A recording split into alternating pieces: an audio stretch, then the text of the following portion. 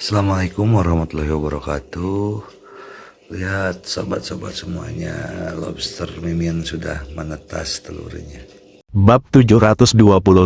Jika kamu tidak percaya padaku, tanyakan pada putrimu. Saat ini, ponsel Ji-Fei tiba-tiba berdering. Ji-Fei melihat nama yang tertera di sana adalah Ansi Rika, dan menekan tombol untuk menghubungkan. Tuan Ji, ada sesuatu yang ingin saya laporkan kepada Anda. Ansi Rika berkata dengan hormat, "Ada apa? Katakan saja padaku." Melihat Ji-Fei tidak menyukai omong kosong, Ansi Rika awalnya mengira dia bisa mengobrol dengan Ji-Fei untuk beberapa kata, tapi sekarang dia benar-benar kehilangan akal sehatnya. "Tuan Ji, saya baru saja selesai berdiskusi dengan Kia, dan saya berencana menyebabkan runtuhnya grup Jianghua Anda untuk menimbulkan kepanikan." Ji-Fei langsung mengernyit. Chen Ziji bertanggung jawab atas rekonstruksi grup Jianghua. Di permukaan, dia berjanji kepada Kia untuk membangun proyek tahu yang berkualitas. Tetapi kenyataannya kualitas konstruksinya sangat bagus karena itu adalah gedung perusahaannya. Tanpa diduga, Zia punya pengaturan ini. Sebuah cibiran muncul di bibir Ji-Fei. "Kapan kamu akan mengambil tindakan?" Awalnya ide Zia adalah melakukannya setelah selesai. "Saya khawatir akan menimbulkan korban jiwa, jadi diam-diam saya mengatur agar orang melakukan manipulasi. Diperkirakan hari ini akan runtuh." Ji-Fei tiba-tiba memiliki garis hitam di seluruh dahinya. Dia sudah menyelesaikan pekerjaannya sebelum dia berkata pada dirinya sendiri, "Bukankah ini penyakit?" Jadi begitu, patah. Ji-Fei langsung menutup telepon, berpikir sejenak, dan langsung menelepon Chen Ziji. Panggilan itu segera tersambung. Ji-Fei hanya berkata, "Semua pekerja konstruksi di grup Jianghua akan segera mengungsi. Anda dapat bersembunyi untuk saat ini." Setelah itu, tutup teleponnya. Chen Ziji, yang sedang dibangun di sisi lain, bingung ketika mendengar kalimat ini. Tapi dia sangat percaya dan mematuhi kata-kata Ji-Fei. "Segera hubungi semua orang dan segera evakuasi." Mereka baru saja pergi. Pembunuh yang menyandera Wu Ziliang dikejar oleh mobil polisi dan berlari ke grup Jianghua yang sedang dibangun, dan bahkan membawa Wu Ziliang ke dalam. Begitu mereka masuk, polisi langsung datang dan mengepung mereka. Ji-Fei tidak mengetahui hal ini. Dia menekan tangannya ke komputer Wu Ziliang dan memberikan tekanan lembut. Wow, seluruh komputer telah hancur berkeping-keping. "Ayo pergi." Setelah Ji-Fei selesai berbicara, dia memimpin dan berdiri. Angel awalnya ingin memberitahu Ji-Fei apa yang baru saja dia katakan. Tetapi Ji-Fei menjawab telepon dan menelepon tanpa berkata apa-apa. Sekarang, Ji-Fei hendak pergi tanpa bertanya, membuatnya sedikit bingung dan lupa menjawab sejenak. Ji-Fei Chai tiba-tiba teringat apa yang baru saja dikatakan Angel. "Ngomong-ngomong, apa yang baru saja ingin kamu katakan padaku?" Seorang kier melihat bahwa Ji-Fei baru saja mengingatnya saat ini. Hatinya sangat rumit, dan dia merasakan kegugupan yang tak terlukiskan. Dia menarik napas dalam-dalam 2 kali dan berkata, Saya ingin memberitahu. Dia ragu-ragu dan tidak dapat berbicara. Namun, seluruh wajahnya sudah semerah kertas merah. Ji-Fei sudah ingin pergi. Tetapi ketika dia melihat bahwa dia ragu-ragu untuk berbicara, dia tiba-tiba menjadi tertarik dan bertanya sambil tersenyum, "Apakah ini sangat sulit?" Wajah Angel tiba-tiba memerah sampai ke pangkal lehernya, kepalanya tertunduk dan dia ingin menguburnya di dadanya.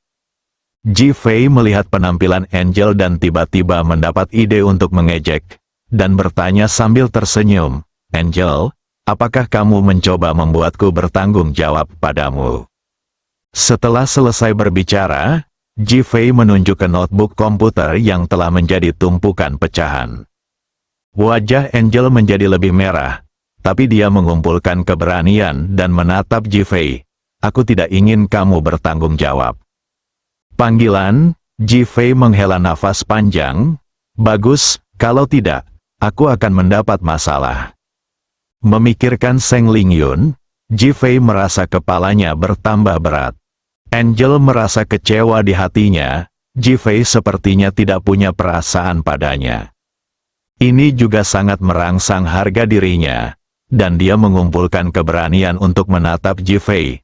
Aku ingin memberitahumu sesuatu. Ji-Fei mengangguk. Katakan, aku tahu, aku hanya akan menunjukkan kepadamu tubuhku dalam hidup ini. Setelah mengatakan itu, dia langsung menundukkan kepalanya, berharap dia bisa membenamkan kepalanya langsung ke dalam pakaiannya. Angel sendiri tidak tahu apakah dia akan berani angkat bicara jika bukan karena foto hari ini.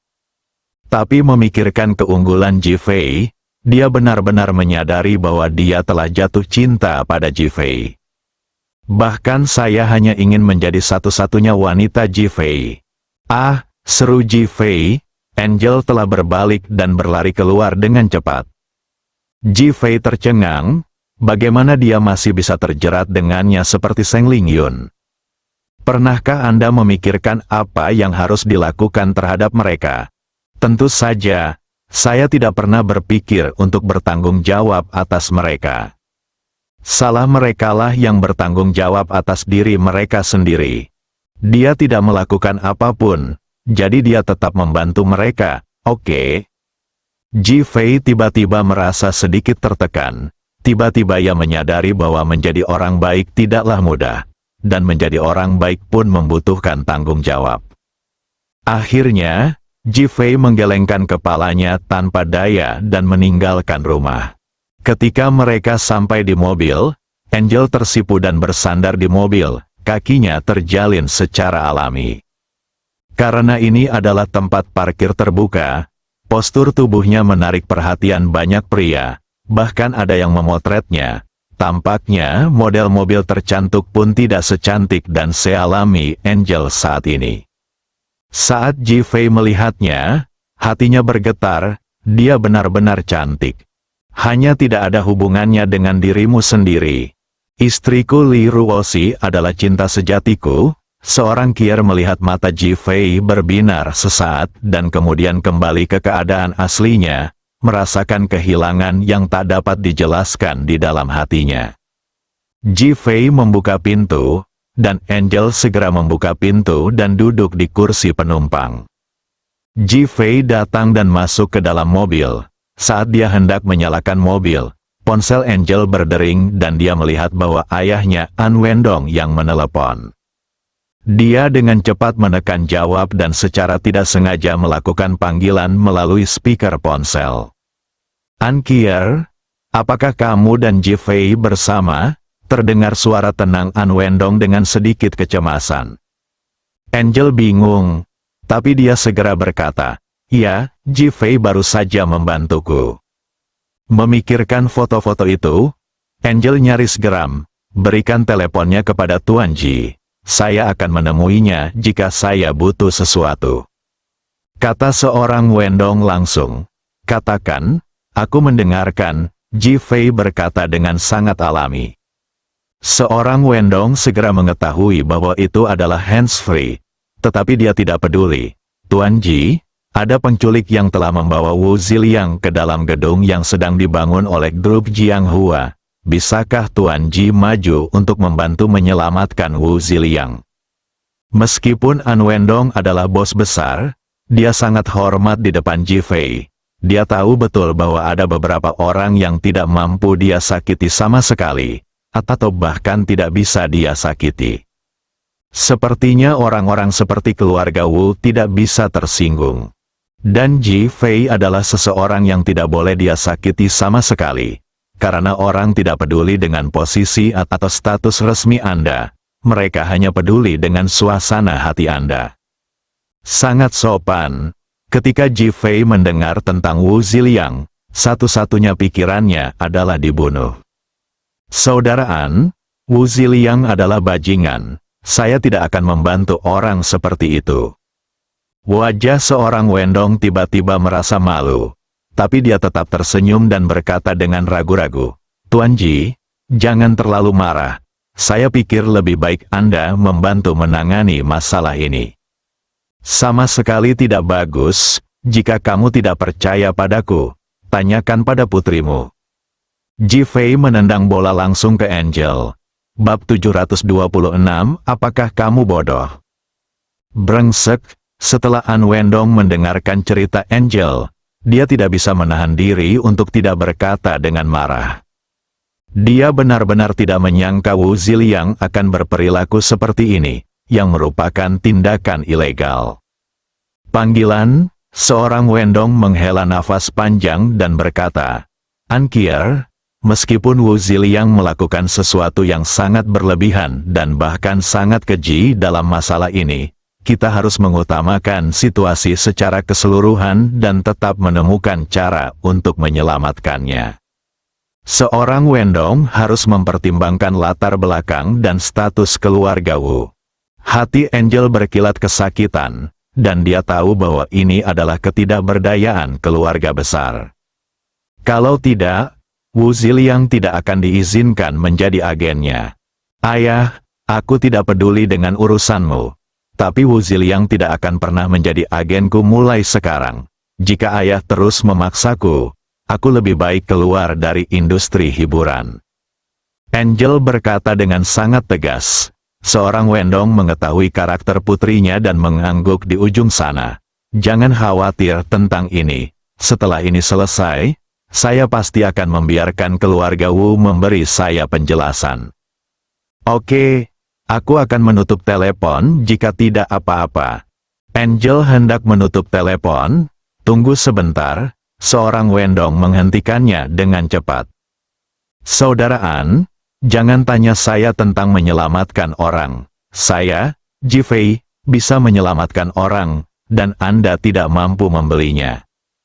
Patah, Ji Fei langsung memegang tangan Angel dan menutup teleponnya.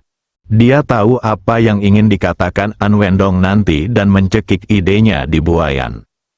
Saat tangan Angel digenggam, bukan saja ia tidak merasa jijik, namun sebaliknya ia merasakan ketenangan di hatinya, bahkan merasakan kebahagiaan yang tak terlukiskan. Dia memandang Ji Fei, tersenyum, mengangguk, dan berkata dengan tulus, "Terima kasih." Ji Fei tidak menanggapi, tetapi menyalakan mobil dan langsung menuju ke grup Jianghua. Saat ini, mobil polisi dan lampu menyala di sekitar lokasi pembangunan grup Jianghua, dan petugas polisi mengepung area tersebut. Banyak petugas SWAT yang bersenjata lengkap dan mengarahkan senjatanya ke dalam, seolah siap menyerang kapan saja. Deng Hui terus melihat ponselnya. Wu Ziliang disandera, dan dia segera melapor ke An Wendong. Sekarang, dia sedang menunggu instruksi An Wendong. Bagaimanapun, Wu Ziliang bukanlah orang biasa. Saat ini, An Wendong menelepon. Deng Hui segera menekan tombol sambung. "Saudara An, bagaimana kita harus menangani masalah ini?" Seorang Wendong terdiam selama beberapa detik. Setelah Ji Fei menolak, dia berkomunikasi lagi dengan keluarga Wu. Meskipun keluarga Wu meminta maaf di permukaan, mereka tetap ingin An Wendong membantu menemukan cara untuk menyelamatkan orang. Seorang Wendong tidak berdaya dan akhirnya setuju bahwa dia hanya bisa menyelamatkan orang dengan paksa. Keluarga Wu jelas tidak senang, tapi akhirnya setuju. "Deng Hui, lakukan yang terbaik untuk menyelamatkan orang." Suara Wendong tiba-tiba terdengar. Deng Hui tiba-tiba tercengang. Apa artinya berusaha sekuat tenaga? Apakah dia tidak mengerti maksud kalimat ini? Saat dia hendak berbicara, An Wendong melanjutkan, "Ikuti saja rencana penyelamatan Anda sendiri untuk menyelamatkan orang. Jika ada masalah, Anda tidak akan bertanggung jawab di masa depan." Mendesis, Deng Hui menarik napas. Lalu kegembiraan melintas di wajahnya. Dia telah melihat banyak pemimpin, tetapi ini adalah pertama kalinya dia melihat seorang pemimpin seperti An Wendong yang mengambil inisiatif untuk mengambil tanggung jawab, dan dia merasa hangat di hatinya. Saudara An, jangan khawatir. Saya, Deng Hui, akan melakukan yang terbaik untuk menyelamatkan orang. Jika terjadi kesalahan, saya, Deng Hui, akan bertanggung jawab penuh. Bandingkan hatimu dengan hatimu. Di saat kritis, Deng Hui pun menunjukkan kejantanannya. Pergi, Ji Fei, jangan paksa siapapun melakukan apapun. Seorang Wendong berkata dengan sedikit emosi. Deng Hui segera memahami bahwa Ji Fei menolak mengambil tindakan. Jangan khawatir, Tuan An, kami mengandalkan kekuatan kami sendiri. Dudu, sinyal sibuk datang dari telepon. Seorang Wendong memandang polisi di sampingnya, bersiaplah dan lakukan yang terbaik untuk menyelamatkan orang. Meski polisi di lokasi kejadian tidak merespon, namun setiap gerak-geriknya menunjukkan kewaspadaan dan kegugupan. Di dalam lokasi pembangunan, Wu Ziliang dilempar ke sudut. Dia telah dipukuli dengan kejam. Tetapi sekarang dia disandera lagi. Celana Wu Ziliang sudah basah berkali-kali. Dia tidak lagi memiliki kesombongan seperti dulu. Dan bahkan seluruh tubuhnya menjadi basah. Pembunuhnya menunduk dengan waspada saat ini, dengan kekhawatiran di wajahnya. Dia awalnya mengira dia bisa melarikan diri, tapi dia tidak menyangka akan dikejar ke sini. Didi, saat ini, ponsel si pembunuh berdering, melihat panggilan masuk. Dia segera menjawab panggilan tersebut. Halo, Penatua Gong. Kata si pembunuh dengan sopan, bagaimana situasinya? Gong Chang bertanya di sisi lain. Orang ini adalah orang Hongmen yang dikirim oleh Gong Chang untuk membunuh orang dan membungkam mereka. Wajah si pembunuh menjadi pucat. Tetua Gong, situasinya tidak optimis sekarang. Saya keluar untuk membunuh orang, dikejar, dan disandera. Sekarang saya terjebak di dalam gedung yang sedang dibangun. Ini sangat berbahaya. Apa? Penatua An terkejut ketika mendengar ini. Dengan ekspresi gugup di wajahnya, apakah identitas Anda telah terungkap? Tidak. Panggilan, Gong Chang menghela nafas panjang. Cobalah mencari cara untuk melarikan diri. Jika tidak ada cara lain, maka kamu lebih baik mati daripada merahasiakannya. Apakah kamu mengerti? Tahu, pembunuhnya segera merespons. Dudu. Ponsel menerima sinyal sibuk. Pembunuhnya merasa dingin di hatinya.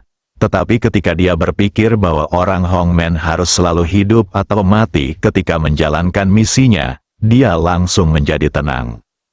Saat ini, dia mendengar suara langkah kaki yang berantakan di bawah dan dengan cepat melihat keluar untuk melihat sekelompok petugas polisi khusus sudah mengambil tindakan. Semuanya mundur, atau aku akan membunuh para sandera. Pembunuhnya berteriak ke bawah. Polisi khusus di tempat kejadian segera berhenti dan melihat ke arah Deng Hui. Deng Hui awalnya ingin melakukan serangan mendadak, tetapi dia tetap ketahuan. Dia hanya bisa melambaikan tangannya dan polisi khusus mundur. Mencicit, tiba-tiba terdengar suara pengereman. Lalu mobil Ji Fei terlihat diparkir di pintu masuk lokasi pembangunan. Ketika Deng Hui dan yang lainnya melihat bahwa itu adalah Ji Fei, mereka langsung sangat gembira, seolah-olah mereka telah melihat penyelamat, dan mereka semua datang. Di dalam mobil, seorang kier memandang Ji Fei dengan rasa ingin tahu, apakah kamu tidak ingin menyelamatkan Wu Ziliang? Ji Fei tersenyum, ya, saya di sini bukan untuk menyelamatkan Wu Ziliang. Lalu apa yang akan kamu lakukan? Malaikat bertanya dengan rasa ingin tahu. Saya datang untuk melihat bagaimana Wu Ziliang dan yang lainnya meninggal. Saat Ji Fei berbicara, dia sudah membuka pintu dan keluar dari mobil. Angel duduk di dalam mobil dan tercengang. Deng Hui dan orang lain yang datang dengan penuh semangat kebetulan mendengar kalimat ini. Mereka semua tercengang dan menatap Ji Fei, tidak mengerti apa yang dia maksud. Awalnya saya mengira Ji-Fei ada di sini untuk membantu menyelamatkan orang. Tetapi sekarang saya mendengar bahwa dia akan menyaksikan bagaimana dia meninggal. Ini agak memalukan, semua orang berdiri di tengah jalan. Tidak tahu harus berbuat apa, Ji-Fei telah melihat gedung grup Jianghua yang sedang dibangun.